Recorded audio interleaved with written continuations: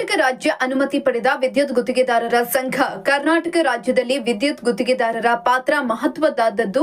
ಗುತ್ತಿಗೆದಾರರನ್ನ ಉಳಿಸಿ ಅಂತ ಹೇಳಲಾಗ್ತಾ ಇದೆ. ಕರ್ನಾಟಕದ ವಿದ್ಯುತ್ ಕ್ಷೇತ್ರ ಉಳಿಸೋಣ, ಖಾಸಗೀಕರಣ ತಿರಸ್ಕರಿಸೋಣ. ಕರ್ನಾಟಕ ರಾಜ್ಯ ಅನುಮತಿ ಪಡೆದ ವಿದ್ಯುತ್ ಗುತ್ತಿಗೆದಾರರ ಸಂಘದ ಅಧ್ಯಕ್ಷರಾದ ರಮೇಶ್ ಅವರ ನೇತೃತ್ವದಲ್ಲಿ ಸರ್ಕಾರದಿಂದ ಅನುಮತಿ ಪಡೆದ ವಿದ್ಯುತ್ ಗುತ್ತಿಗೆದಾರರ ಸಮಾಪನಾ ವರದಿ ವ್ಯವಸ್ಥೆಯನ್ನ ಮುಂದುವರಿಸಿ ಸಂಬಂಧಿತ ಆದೇಶವನ್ನ ಹೊರಡಿಸದಂತೆ ಹಾಗೂ ವಿದ್ಯುತ್ ಇಲಾಖೆ ಖಾಸಗೀಕರಣ ವಿರೋಧಿಸಿ ಬೃಹತ್ ಪ್ರತಿಭಟನೆಯನ್ನ ಮಾಡಲಾಯಿತು.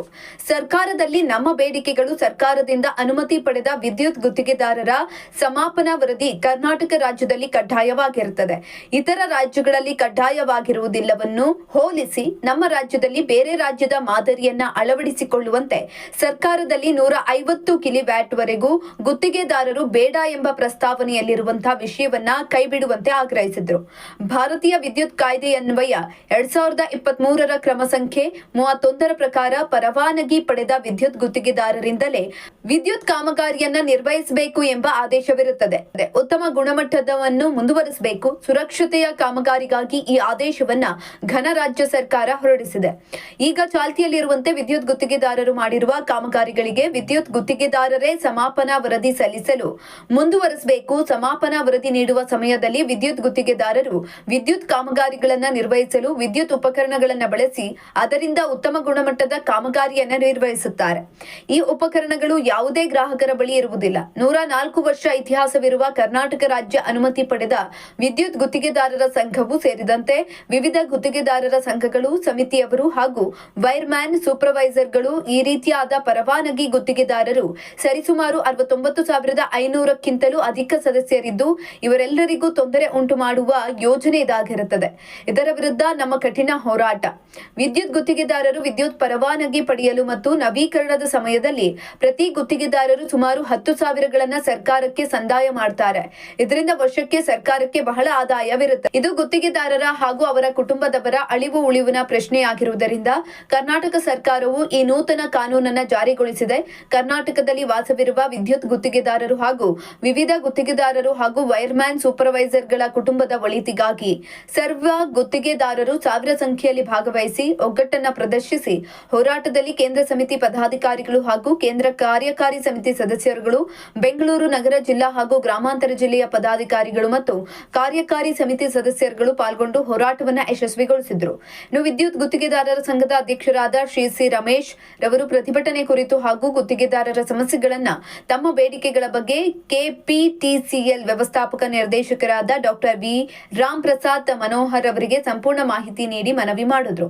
ಕೆಪಿಟಿಸಿಎಲ್ ವ್ಯವಸ್ಥಾಪಕ ನಿರ್ದೇಶಕರಾದ ಡಾಕ್ಟರ್ ವಿ ರಾಮ್ ಪ್ರಸಾದ್ ಮನೋಹರ್ ರವರು ಅತಿ ಶೀಘ್ರದಲ್ಲಿ ಸಭೆ ಕರೆದ್ರು.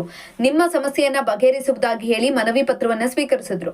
ಕರ್ನಾಟಕ ರಾಜ್ಯ ಅನುಮತಿ ಪಡೆದ ವಿದ್ಯುತ್ ಗುತ್ತಿಗೆದಾರರ ಸಂಘ ಚಳ್ಳಕೆರೆ, ಚಿತ್ರದುರ್ಗ ಜಿಲ್ಲೆ ಹಾಗೂ ಚಿತ್ರದುರ್ಗ ಜಿಲ್ಲೆಯಿಂದ ಬಂದಿರತಕ್ಕಂಥ ಎಲ್ಲ ಗುತ್ತಿಗೆದಾರರು ಪರವಾಗಿ ನಾನು ಮಾತಾಡ್ತೀನಿ. ನಾನು ಚಳ್ಳಕೆರೆಯ ವಿದ್ಯುತ್ ಗುತ್ತಿಗೆದಾರರ ಸಂಘದ ಮಾಜಿ ಅಧ್ಯಕ್ಷರು. ಇದು ಚಿತ್ರದುರ್ಗ ಜಿಲ್ಲೆಯ ವೈಸ್ ಪ್ರೆಸಿಡೆಂಟ್, ಗುತ್ತಿಗೆದಾರರ ಸಂಘ ವೈಸ್ ಪ್ರೆಸಿಡೆಂಟು. ಹಾಗೆ ಇವತ್ತು ಅಂದ್ಕೊಂಡಿರ್ತಕ್ಕಂಥ ಕಾರ್ಯಕ್ರಮ ಏನಂದರೆ, ಈ ನಮ್ಮ ಗುತ್ತಿಗೆದಾರರು ಹಾಗೂ ರೈತ ಸಂಘದವರು ಇಲ್ಲ ಅಂದ್ರೆ ಪ್ರಪಂಚಕ್ಕೆ ಅನ್ನನೇ ಇಲ್ಲ. ಈಗ ನಮ್ಮ ಮೇಲೇ ನಮ್ಮ ಕಣ್ಣಕ್ಕೆ ಮುನ್ನಡೆಸಿ ನಮ್ಮ ಮೇಲೆ ದಬ್ಬಾಳಿಕೆ ಮಾಡತಕ್ಕಂಥ ಚಾರ್ಜ್ ಅವರಿಗೆ ಬುದ್ಧಿ ಕಲಿಸೋಕ್ಕೆ ನಾವು ಈ ಮಟ್ಟಕ್ಕೆ ಇಲ್ಲಿ ಬಂದಿದ್ದೇವೆ. ಯಾವುದೇ ಕಾರಣಕ್ಕೆ ನಾವು ಹೋರಾಟ ಅದು ನಾವು ಅವ್ರು ಇಲ್ಲಿ ಬಂದು ಸ್ವೀಕಾರ ಮಾಡೋವರೆಗೂ ನಾವು ಇದು ಸ್ಟ್ರೈಕ್ ನಿಲ್ಲಿಸಲ್ಲ. ಆದರೂ ಅವ್ರು ಏನಾದರೂ ಉದಾಸೀನ ಮಾಡಿದ್ರೆ ಅವ್ರು ಇನ್ನೆಷ್ಟು ವರ್ಷ ಇರ್ತದೆ ಅಧಿಕಾರದಲ್ಲಿ ಅವ್ರ ಮನೆಗಂತೂ ಮುತ್ತಿಗೆ ಹಾಕಕ್ಕಂತೂ ನಾವು ಸಿದ್ಧವಾಗಿದ್ದೀವಿ. ಈಗಲೂ ನಾವು ವಿಧಾನಸೌಧಕ್ಕೆ ಮುತ್ತಿಗೆ ಹಾಕ್ತೀವಿ. ಯಾಕಂದರೆ ನಾವು ಬೆಳೆದಿರ್ತಕ್ಕಂಥ ಅನ್ನ ಆತ ತಿನ್ನೋದು, ನಾವು ಕೊಟ್ಟಿರ್ತಕ್ಕಂಥ ಬೆಳಕಿನಲ್ಲಿ ಆತ ಬೆಳಗ್ತಾ ಇರೋದು. ಅದಕ್ಕೋಸ್ಕರ ದಯವಿಟ್ಟು ಚಾರ್ಜ್ ಅವರೇ, ನೀವು ಬಂದಾಗಲಿದ್ದ ಭಾಳ ನೀವು ಮೊದಲೆಲ್ಲ ಬ್ಲೂ ಮಾಡಿ ನೋಡ್ಕೊಂಡು ಇವತ್ತಿನ ದಿವಸ ರೈತರ ಮೇಲೆ ದಬ್ಬಾಳಿಕೆ ಮಾಡ್ತೀರಾ ಮತ್ತು ಗುತ್ತಿಗೆದಾರ ಮೇಲೆ ದಬ್ಬಾಳಿಕೆ ಮಾಡ್ತೀರಾ. ಈ ದಬ್ಬಾಳಿಕೆ ನಿಮ್ಮನ್ನು ನಡೆಯೋಕ್ಕೆ ಬಿಡೋದಿಲ್ಲ.